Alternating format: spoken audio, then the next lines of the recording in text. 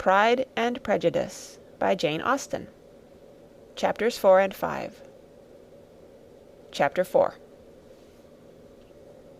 When Jane and Elizabeth were alone, the former, who had been cautious in her praise of Mr. Bingley before, expressed to her sister just how very much she admired him.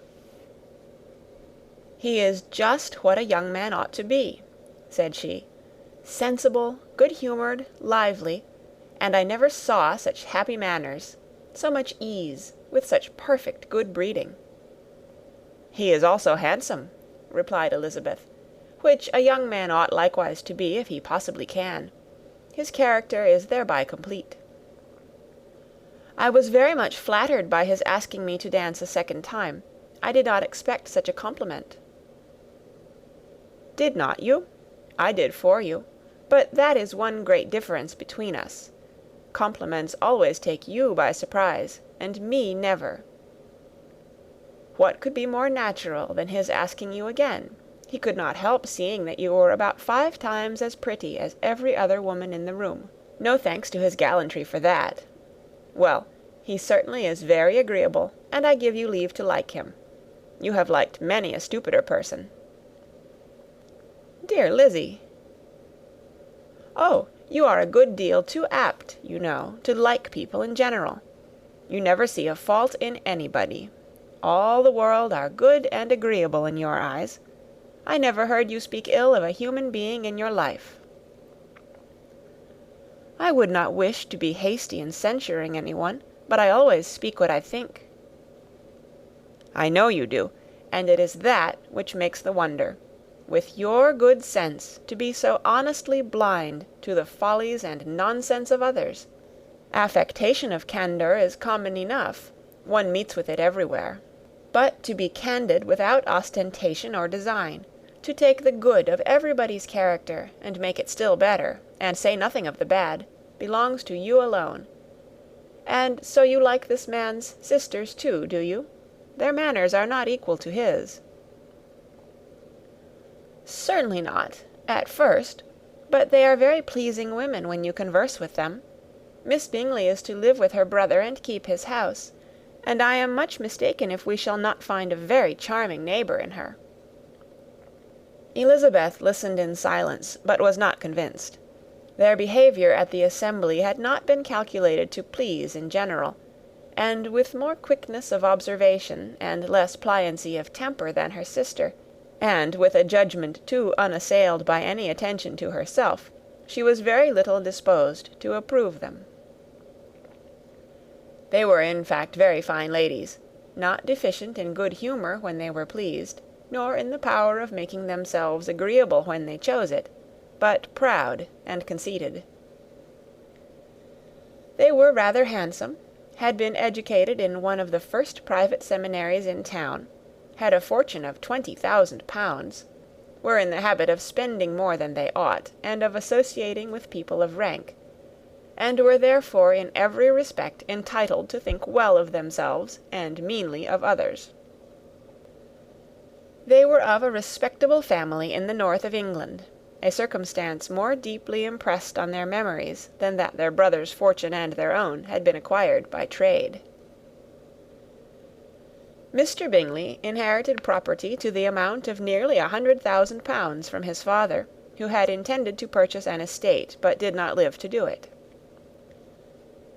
Mr. Bingley intended it likewise, and sometimes made choice of his county, but as he was now provided with a good house and the liberty of a manor, it was doubtful to many of those who best knew the easiness of his temper, whether he might not spend the remainder of his days at Netherfield, and leave the next generation to purchase.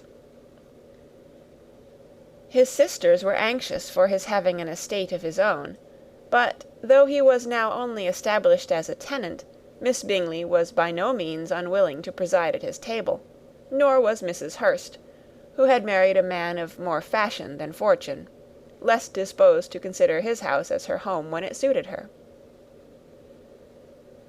Mr. Bingley had not been of age 2 years when he was tempted by an accidental recommendation to look at Netherfield House. He did look at it, and into it for half an hour, was pleased with the situation and the principal rooms, satisfied with what the owner said in its praise, and took it immediately. Between him and Darcy there was a very steady friendship, in spite of great opposition of character. Bingley was endeared to Darcy by the easiness, openness, and ductility of his temper, though no disposition could offer a greater contrast to his own, and though with his own he never appeared dissatisfied. On the strength of Darcy's regard, Bingley had the firmest reliance, and of his judgment the highest opinion. In understanding, Darcy was the superior. Bingley was by no means deficient, but Darcy was clever. He was at the same time haughty, reserved, and fastidious, and his manners, though well bred, were not inviting. In that respect his friend had greatly the advantage. Bingley was sure of being liked wherever he appeared. Darcy was continually giving offence. The manner in which they spoke of the Meryton assembly was sufficiently characteristic. Bingley had never met with more pleasant people or prettier girls in his life. Everybody had been most kind and attentive to him. There had been no formality, no stiffness. He had soon felt acquainted with all the room, and as to Miss Bennet, he could not conceive an angel more beautiful. Darcy, on the contrary, had seen a collection of people in whom there was little beauty and no fashion, for none of whom he felt the smallest interest, and from none received either attention or pleasure. Miss Bennet he acknowledged to be pretty, but she smiled too much. Mrs. Hurst and her sister allowed it to be so, but still they admired her, and liked her, and pronounced her to be a sweet girl, and one whom they would not object to know more of. Miss Bennet was therefore established as a sweet girl, and their brother felt authorized by such commendation to think of her as he chose. End of chapter 4. Chapter 5. Within a short walk of Longbourn lived a family with whom the Bennets were particularly intimate. Sir William Lucas had been formerly in trade in Meryton, where he had made a tolerable fortune, and risen to the honour of knighthood by an address to the king during his mayoralty. The distinction had perhaps been felt too strongly.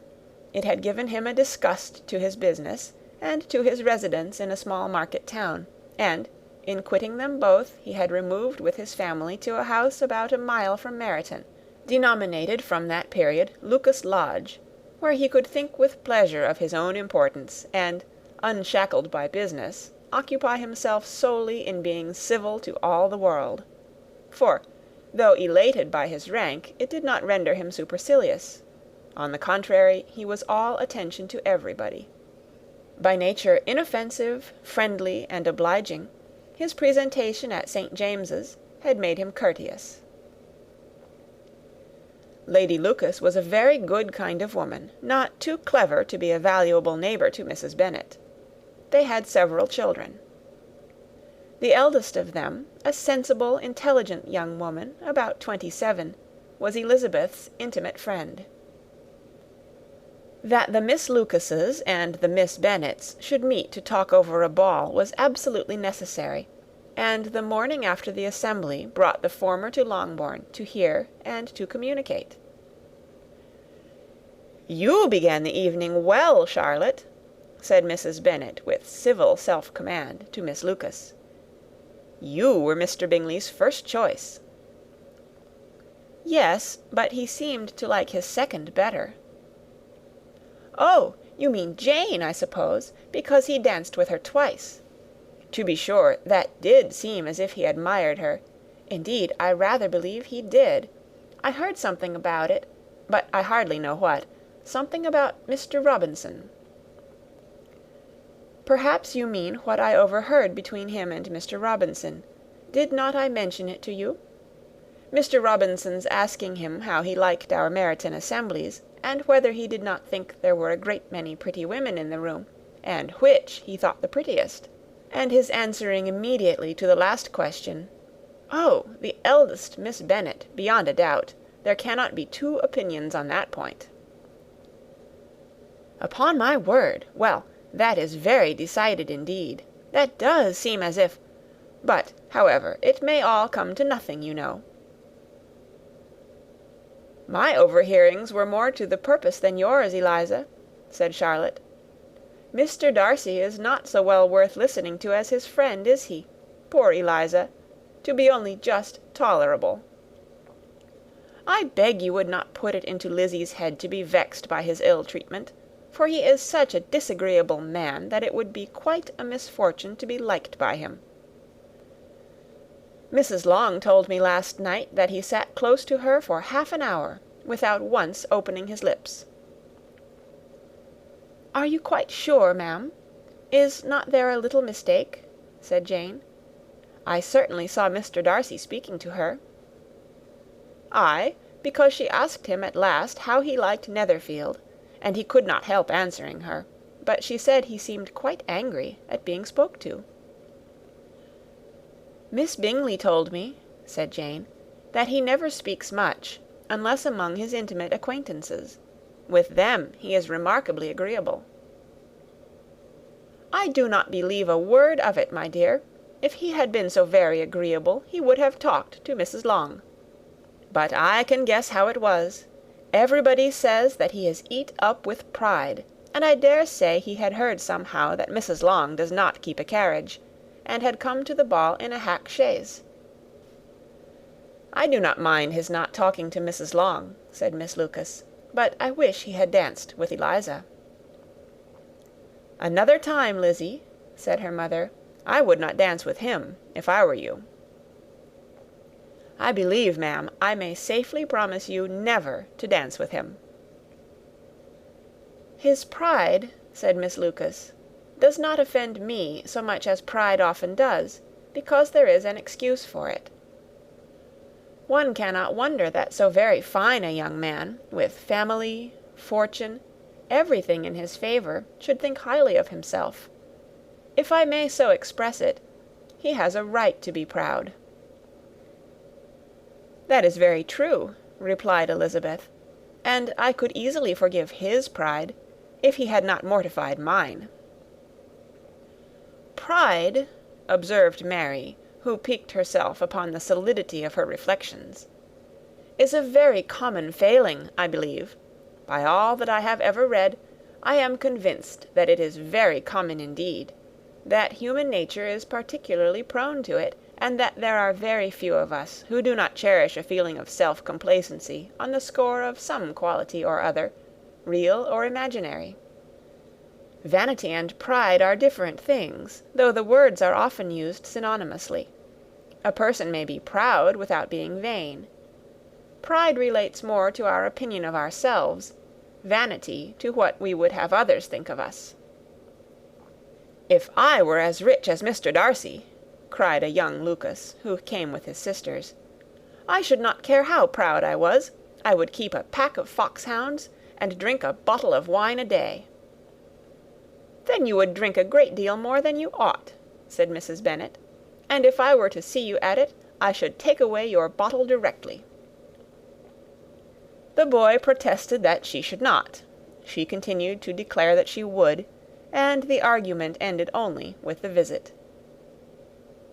End of chapter 5.